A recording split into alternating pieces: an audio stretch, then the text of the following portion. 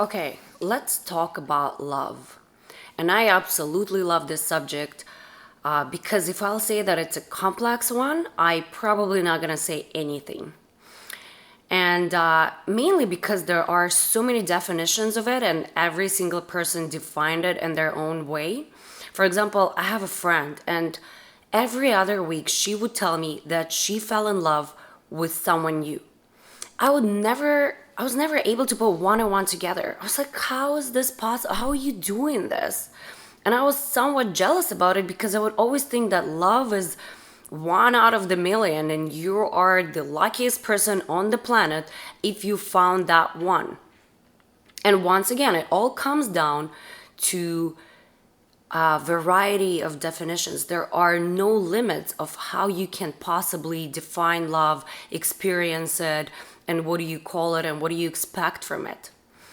And today I want to talk about subconscious love. I like to call it blind love.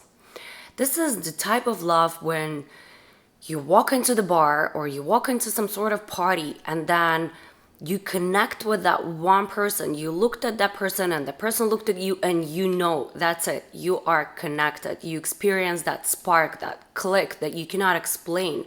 You have the instant physical attraction to the person. And so the relationships are maintained primarily through sex, not through any intellectual connection or spiritual or emotional. And don't get me wrong, there is nothing wrong with sex unless, you know, unless you're unaware what kind of relationships you're engaged into. But if that's what you need, then, it's perfectly great. So people in this type of relationships or in this type of blind love, they don't like to engage in uncomfortable conversations, share their thoughts, share their needs, and more to this, they don't like to listen. They don't like to know really what you need and what you think, and maybe if there's any discomfort or any tension, they rather keep it quiet so they don't rock the boat. In reality, they're in denial, or maybe they're unaware that they're not even on a boat. They're probably on an inflatable mattress full of holes, and that is going to sink. So they think that if the person they're with is the right person that's been sent to them by a magical alignment of the planets, then there's no work required. If the person is meant to be for them, then it's meant to be.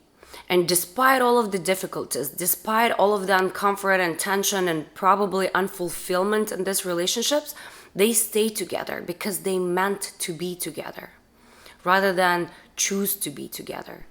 And in order for us to choose to be with someone, we have to have this deeper connection. We have to have this meaningful understanding and connect on the intellectual and spiritual and emotional level with the person.